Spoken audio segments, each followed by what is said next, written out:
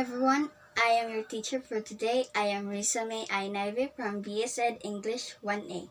So for today's lesson, I am going to tackle about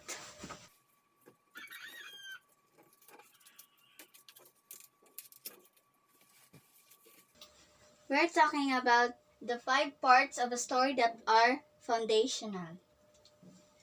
5 parts of a story that are foundational are the characters, the setting, the plot, conflict, and lastly, the resolution. So the first one is the characters. What is a character? Your characters are the people who make the story happen or to whom the story happens. Depending on the length of your story, those can include the following but must have at least the first of them. And those are the main characters, the hero, or the protagonist.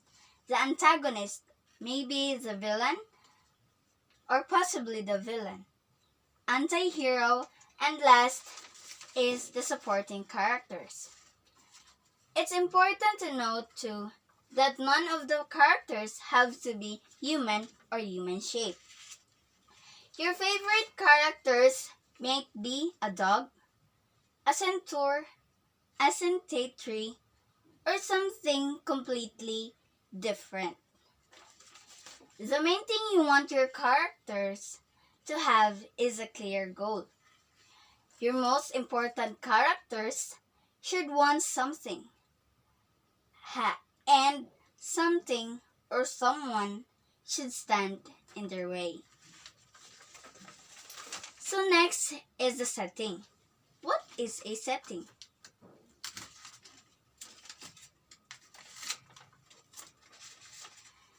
The setting of a story deals with the where and the when, the places your characters go, the era in which the story happens, the time of the year, the times of a day, and so on. It also includes details like the language spoken, cultural norms, the political climate, and other things that can influence your other story elements. Settings change from scene to scene, and the setting itself can even serve as a character. It can also provide symbolism and hint at the story's overall message. How the narrator describes the setting can also offer clues about the perspective involved. An effective setting is neither more nor less than everything your story needs it to be. So next is plot. What is a plot?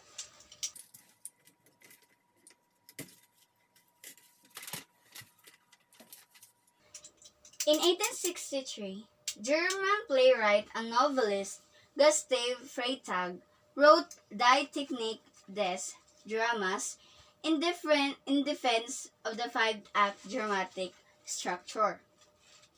His study gave us what we call Freytag's Frey mind or pyramid, which breaks down the plot of a story into 5 key elements. So first is the exposition or the introduction, the rising action, the climax, the falling action, the catastrophe or denouement, resolution or the evaluation, and lastly, the finale. Catastrophe, denouement, resolution, or revelation. So, this is the look of it. First is the exposition, the rising action, the climax, the falling action, and the denouement or the finale. The diagram shown above puts climax on the top and the middle of it at all, which doesn't necessarily mean it happens in the middle of the story. The exposition is basically the story's introduction, where we meet the main characters, get a feel for the setting and other essential details, and learn what's at stake. Then plenty more happens during the rising action that leads to the readers at moment of truth or the point of no return. Or whatever pity praise come to mind when someone asks you, what is climax? It's the thing we hope our readers recognize. No one wants to hear, are we there yet? When what was supposed to be the climax has already happened. On a downturn, during the falling action, we want to see loose threads gathered and neatly tied up. We want to see the consequence of whatever happened at the climax. We also want to see story plots with a satisfying resolution. And when that resolution comes at the end of the story, it could be a catastrophe, or it could be what the reader would happen, or it could neither. So that is the plot. So next is the conflict. What is a conflict? Conflict in the story is so important to its success to deserve its own place on the list of the foundational elements. Without a conflict, you might as well write about your favorite character eating nachos and watching paint dry. Even adult people watching might generate a conflict. In fact, pretty much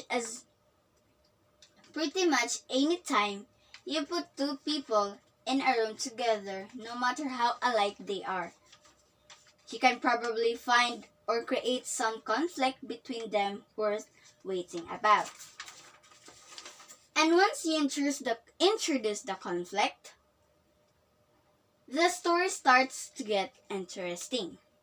Suddenly, someone wants something and someone or something else is blocking their access to it. Or someone has a strong opinion about something, or someone who usually agrees with them speaks up with an unaccustomed outrage. And the story, or your reader, has officially woken up. The contest has begun. And if the stakes are high enough or important enough, the reader will want to know how it ends. So the last one is the resolution. What is a resolution? Story plots with a weak resolution, or those that leave the reader hanging, deserve the contempt heaped upon some goes for movies and popular TV dramas. With endings that leave devoted fans shook, disappointed, and clamoring for us a redo. Our readers as writers, we want a satisfying resolution to a story that has drawn us in and cost us hours of sleepless attention and possibly a few meals. The resolution answers the questions lingering in the reader's mind. Did the main character get what they want? What has the antagonist achieved? What will be the outcome for all the characters who matters to me?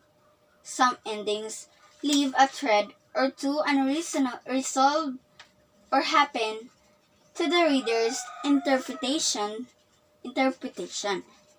This can work as long as the resolution answers the reader's most pressuring questions in a satisfying way.